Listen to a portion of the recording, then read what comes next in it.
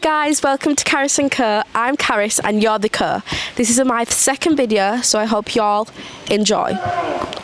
In this video, I'm joined by 3 people who are my best girlfriends, Alice, Eden and Poppy. They're going to sit down with me today and have the conversation with me. Why is everything so overwhelming as a teenager? Why do we go through everything and what can we do to make things a little bit easier for ourselves? So, let's get started, y'all. Welcome back. These are my guests. So we're just going to go say hi to every single one of them. So let's go. Hello, I'm Alice. I'm not really sure what else would you like. I'm Alice, I'm 15. So, buddy, go to the next person. Oh, I'm Poppy, I'm 15. I'm Eden and I'm 15. Okay, so let's get started. So obviously I've already said that we're talking about being overwhelmed and how it feels to be overwhelmed. Obviously today I've said that we're talking about things that overwhelm us, like how teenagers can deal with feeling overwhelmed and like what can trigger us and like how overwhelmed can like trigger our mental health, all that jazz.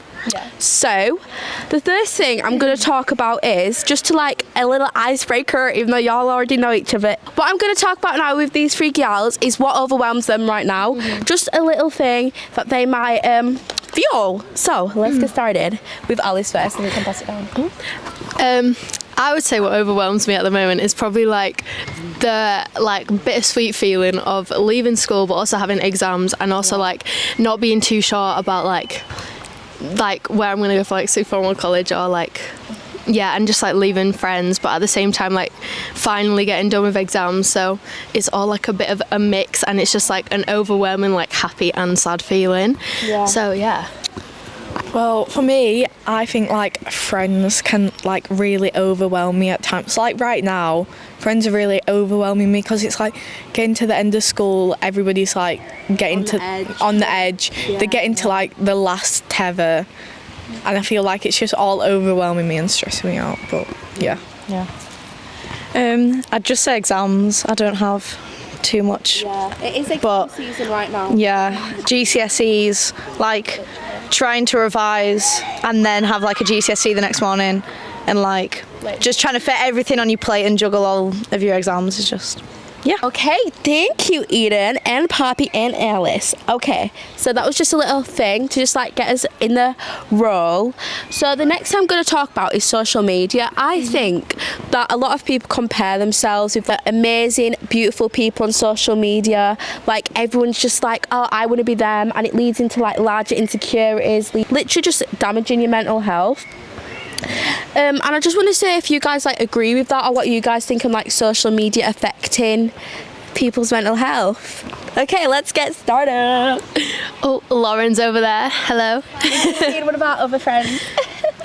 My view on social media, well, I think that it has a lot of positive and negative aspects. Like I think some people like believe that everything that other people post and stuff is their full life, but it's not. Like literally preach. Every single person has like 2 sides and they're not going to post that side that they're ashamed of. So I think everything you see on social media like you do need to take with a pinch of salt. And I also think that like a lot of people, comparison is a big thing, and not even just like comparing yourself with other people but just like comparing yourself with like the beauty standards, and like it's made quite unrealistic beauty standards. But that's like a whole like another deeper topic, but yeah, so that's what I would say. Well, for me, I feel like social media is like a place where lots of like young girls and boys go. They like project out their insecurities because like they don't look the way someone they see on social media looks, and I feel like it can get like quite stressful for people, like not looking the way that they want to, like not looking the way that people they see on social media look like, and I feel like it can just get a bit too much for people. But yeah, I say comparing yourself to others, like it just overwhelms you quite a bit. But one thing I saw is that when you think, like if you look at a video and it's like, oh, she's so beautiful, it doesn't mean that you're not, because what's the quote? It's like, someone else's beauty is never the absence of your own. It's like roses and daisies are still both beautiful. Yeah, it's like it's so overwhelming, but to like reflect on it, it doesn't mean that you're not. Yeah. Yeah, just to add to that, I think, like, really comparison, I hear it all the time, that comparison is the thief of joy. Like, comparing yourself, like, to your friends, to people on social media, it's not going to do anything helpful to you. It's just going to add to the stress, like your exam stress, just like family stress, home stress, all of that. It's just going to add. So comparison is the thief of joy. If that's one thing to take from this video, I take that. Like, it will just steal your joy. Preach, preach, preach. Like, as well, with like social media, it gives you access to like so much more than like people were really meant to know. Like, you get so much information about different people's lives and like different topics and stuff, and you also get told like how you should view things and all this stuff. And I think that that can cause a lot of like anxiety, because knowing so much, I don't really know how to get it across, but I just think the fact that people have access to so much information and like so much different stuff, like it can be so overwhelming and make you quite anxious, especially if your life isn't like maybe where other people are. Okay. And anyone else want to add anything? I just think one thing that I've noted down here is an original is worth way more than a copy. So also people love that. Thank you guys. Thank you a lot. These are my friends because they hype me up. Anyway. Anyways, but no, an original is worth way more than a copy. If you think about it, I feel like sometimes you like adapt the louder people's like personality traits like naturally, because you can see them being liked and like people like wanting to be with them. You like take something away from them, but really that might not be you. And staying true to yourself is so much more powerful and so much more impactful than being an exact copy of like someone on the internet. And if you like stay true to yourself, you just feel a lot less overwhelmed, I think. And I just think that's a good thing to remember. Sorry guys, we just moved positions because the sun is not on our side. Well, it is, but you know what I mean. Okay, next topic. I think that's a good way to finish that little bit. So, oh my gosh, okay, so this is so real, but does anyone else overthink everything? I think overthinking causes so much, it just adds to the feeling of being overwhelmed. I feel like people overthink the little things, like in relationships, in friendships, in school, how people think about them. So, what would you guys say about that? I would say, like, I know this is like not that helpful, but it did help me, because I was in a place where I would overthink every single little thing and like everything in my past, every mistake I've ever made, and it got to a point where it was genuinely like taking over my life. Like, it was really bad, and it led to like really bad anxiety. And one of the things that actually helped me out of it after so long was literally just thinking, you don't have to deep everything, don't put time into everything. Nobody has a perfect life, and half of the time you might look at someone and think like, oh yeah, they've got a great life, they've not made any mistakes, but everyone has. They just don't, like, people are ashamed of them and like they don't want to talk about it. It can lead to such a place of anxiety and worry that then you're living all in your past and you forget about what's actually present. And I think as well, if something is really, really on your mind, which I've learned kind of a bit more to do now, is if it's to do with like a person and you're in that place where you feel comfortable enough to talk to them about it, genuinely just talk to them. Like, if you have like a deep enough friendship with them or whatever, then do talk it out, because then you can move forwards with it, rather than just letting yourself like go months and months in the future thinking it's too late to ever mention anything now, and then you just like really get in your head about it. So my advice would be, try to not make it significant in your life, and try not to let it ruin your life. Challenge your thoughts with your facts. So what's the fact and what's your opinion? Is this something that I've just created? Is this something that's just like mind-boggling, like discombobulating me, or is it the truth? I feel like when you put your truth with what you're overthinking, you really see like what you really need to focus on and like what is affecting you. So let's go. I overthink everything. Like, it doesn't matter what it is, it's like I'm gonna overthink it. It can be like the littlest things that nobody would think somebody's gonna overthink that, but no, I know I do, and I think a lot of other people do, but you find a way to hide it, that you're overthinking it. I do that. But I just feel like I used to do that all the time. I still overthink now, like from time to time, but I've kind of got in my head like I don't actually have to overthink everything. Everything's going to be all right. In the moment, it doesn't always seem like that, but at the end of the day, like nobody's going to remember it in a couple years. So you just got to think to yourself, is it really worth stressing about if everybody's going to forget about it next week? I really like that. Read Poppy clock. It is. Going back on Poppy, it's like the thing. If it's not going to matter in 5 years, don't spend more than 5 minutes thinking about it. Yeah. I like that. But yeah, I agree with Poppy. Like I overthink like everything. Like it doesn't matter what it is. Everything. That's it. I actually had one piece of advice that I remember that I was talking to my mum and she was like, when you feed your thoughts, they grow, but if you don't feed them, they'll starve and they'll just go away. And I really like that, and that's something that stuck with me. I'm like, every time I overthink something or start to think about something that I know that if I overthink, I'll overthink about it for days.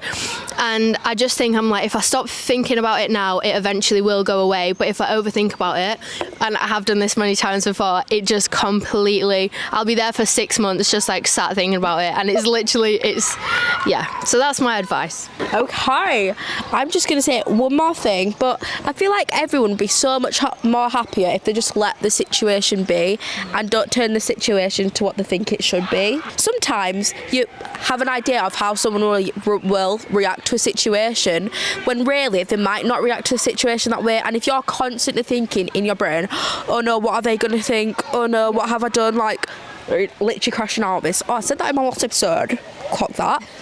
But it's just going to eat at you, and the feeling of being overwhelmed is something that affects everybody's life. And is there anything that you might do to just have a break, have a breath, just to like really like reconnect with yourself, really connect with like what you're thinking at the moment? So does anyone have any? Yeah, so what I normally probably do first is I'd probably like kind of try reset. I'd like have a shower, wash my hair, like brush my teeth, just like get changed, like everything just reset, like literally completely reset. And then I'd talk about it. If it's just like a little thing, I'd just mention it to like one of my friends or like my mum or something like that. And then just kind of, once you've like talked about it or maybe even written it down, like it's just a way of like getting out of your system. You don't have to think about it anymore. And I'd probably pray about it as well. That's probably the best advice I could give. Well, for me, I'm like completely opposite to you, Alice. Like I will literally just sit in bed, I'll go on my phone, I'll sleep, I'll listen to music, I'll watch TV, I'll eat, I'll just eat and eat. But the thing is, it's my way of like. So real. I do the same thing. I eat too. It's like my way of like coping, and then like I've been like, I just had a really nice, relaxing time, like doing nothing, like actually doing nothing, and I'm like, wow, I'm like ready to like, and I'm like, I'm just like in amazement, but like, love that. I can just like try and forget about it, because once I've forgotten about it, I'll probably not think about it, because there's so many more things I could think about that I'd rather like spend my time thinking about. So I just sleep it off, cry it off even. That's real. But yeah. I kind of do a mix of them things. I like have a whole Sunday reset, so like bath, tidy up like everywhere. I have a thing with like cleaning the house. Like if I get too overwhelmed, my mum will literally find me like cleaning everywhere, and she's like, "What are you doing?" I'm just like, "Just cleaning." Or I'll literally just like put my music on, tidy my room, and literally just cry. Just that's like my thing. I'm just like in bed crying. But yeah, that's it. I think that's really good for me, because I don't think I actually give my input, but when I'm feeling overwhelmed, let me actually think about this. I just take a minute. Sometimes I do the wrong thing. Like if I'm overwhelmed by emotion, and I try not to cry, because a lot of the time, like especially like in settings, like when you don't want to cry, I'm just like, don't cry, don't cry, don't cry, which is not good because you have to let out your emotions. But I'm feeling overwhelmed, like everything's just eating up at me. I just have to take a step outside, like take a step by myself and just like breathe, like relocate with my thoughts, remember like where I am, what I'm doing, and like why I'm there if I'm like in a public place, because I actually like, do you know when you're in like public, sorry this is like another question, but do you know when you're in public and you're like everything's just like stressing you out and you're like getting really overwhelmed, literally overstimulated, and like everything's just like overwhelming. I think when that's happening to me, I don't know, I just breathe, I literally just breathe and just remember what I'm doing. Does anyone want to add anything? Because I feel like we've not been speaking that long. Like just anything, any like advice or anything that like you feel relates to just the topic. I know I've said a lot, right? But I would say one thing sometimes I try and think is like, obviously some things can be quite deep, but nothing's ever as deep as it seems. Like when you try and look at things from a different angle, I also try and look at things at like, not as me, but like not as anyone. I just think everyone is people, everyone goes through those like stressful times in life, everyone's kind of on the same boat. Like as like happy and whatever as people may seem, like everyone's got things going on that stresses them out, makes them anxious, like makes them sad, everything like that. So I think looking and realizing that you're not the only one and that it's completely normal kind of can make you like humanize yourself a bit, because you can realize that it's not just me, like I'm not crazy or anything, and then you can kind of calm down a little bit. Anyone? I just think to say, I feel like we've not said it's completely normal to feel overwhelmed. Like it's something everybody feels. Like feeling overwhelmed, it's just a part of life. And to be honest, if you didn't feel overwhelmed, it's like, I don't even know, that's just not how life works. If you don't feel overwhelmed, like be a superhero or something, because what the heck, like give some to me, like. So I was literally overwhelmed right now putting this camera up, look here, like you should have seen me, I was like all of these girls literally can't tell. It was anyways, just take a breath. That was so cringe. Take a breath. Just take a sorry. It's real though. It is like genuinely. Just breathe. Literally. Reconnect with just take a minute. Yeah, reconnect with it. Just look at us right now. Reconnect. Yeah. Keep calm and take a breath. I hope you enjoyed this video and related to our conversations and our topics. But yeah, love you all. And why don't y'all do my outro and tell people to like and subscribe? Yeah, okay. Yeah. Guys, like, subscribe, comment, follow button. You can't. I take. Yeah. Eat food. Okay, guys, this was our first girl talk, and I hope there'll be many more. You always do. How do you usually deal with stress? Football. Just go outside, kick a ball around for a bit until my heart's content, and then I'm just pretty sorted, you know. What's something small that stresses you out? School. How does that stress you out? Teachers trying to get the best grades possible. Trying to get the best grades possible. Do you think that's like something that really digs at you? Yeah, because my parents always push me a lot to like, you know, me get 8s and 9s. What advice would you give to someone in the same situation as you? Try not to like stress too much. Just trust in yourself. Put your trust in God as well. What's something small that stresses you out? Teachers. That's exactly what Sam said. How do you deal with that? What's one thing that you can do and you say to someone who like feels the stress of teachers at school? They should just talk to someone. Thank you. What's something that instantly calms you down? Playing rugby. Playing rugby? Yeah. I feel like boys take a lot of sport like a way to like let loose and a way to like calm down. Yeah. So yeah, thank you for your input, I appreciate it. What's one thing that you think school doesn't teach us about stress and how to deal with it? Or what they don't do at all? What school doesn't do to teach us about stress? Well, school informs us about the stress that we can get from our GCSEs quite a lot. I know there's a lot of year 11s around here that have had quite a lot of stress because we've got the GCSEs coming up. There's some people who have had a bunch of stress for revising. I mean, don't get me wrong, they should have started started revising from year 7. But Whoa. what I was saying is I think parents and schools they put a lot of stress on GCSEs, like, oh, it's going to affect your whole entire life if you don't get your GCSEs, and if you don't get the right grades, you're not going to be able to do this, you're going to be sat on the street asking for money. So Do you ever feel overwhelmed, and what do you do when you feel overwhelmed? But you can stand up, by the way. Basically, when I might feel overwhelmed, I will like either read my Bible or pray. I usually get overwhelmed about exams and studying and stuff like that. Thank you. Do you want to say anything else? Any tips to give to the youth out there on?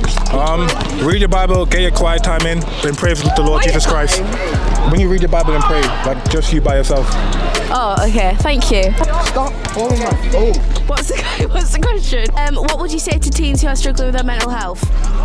Talk to someone, open up, go to your parents, your best friends, yeah, therapist, I don't know. Thank you. Is that good? Wait, we recording now? Yeah. Thank you for watching, subscribe to Carys & Co. Everything I want, but I can't deal with all your lovers. Say I am the one, but it's your actions that speak louder. And I love you so. Peace!